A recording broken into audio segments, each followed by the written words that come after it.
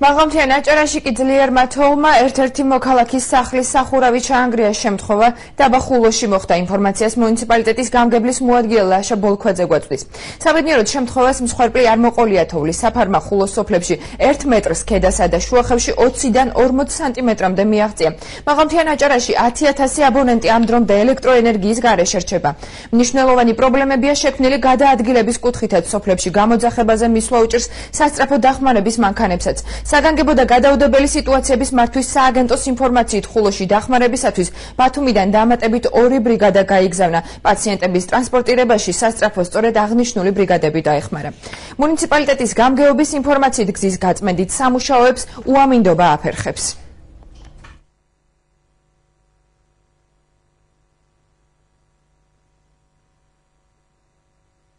მიმდინარე ეტაპისათვის ინტენსიურად თოვს კიდე ხულოს მუნიციპალიტეტში.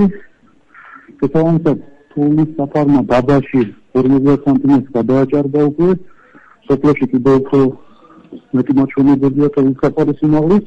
დაახლოებით შუადღის 3 საათისათვის მოხდა ხულოს დაბა ხულოში, მემედაბაშიძის შესახვევში დარიკო მელაძის საკუთრებაში არსებული სახლის გამოუყენებელი ნაწილის ჩამწრება. ჩვენ ადგილზე ვიყავით გასული შტაბის წევრები, საგანგებო შტაბის წევრები, დავათვალეთ სიტუაცია, საგანგაშო მდგომარეობა იმ კუთხით, რომ თქვა საფრთხე დაემუქროს ამ ქალბატონის ჯანმრთელობის მდგომარეობას არ არსებობს.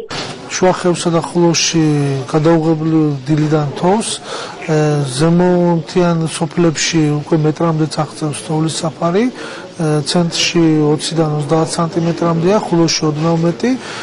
მინდა გითხრათ, რომ დილიდანვე მუშაობს ხულოსა და შუახევის მუნიციპალიტეტების შტაბები. შტაბში შედის როგორც ენერგოპოს წარმომადგენლები, ასევე საგზაოს წარმომადგენლები. ჩვენი წარმომადგენლები იქ არიან.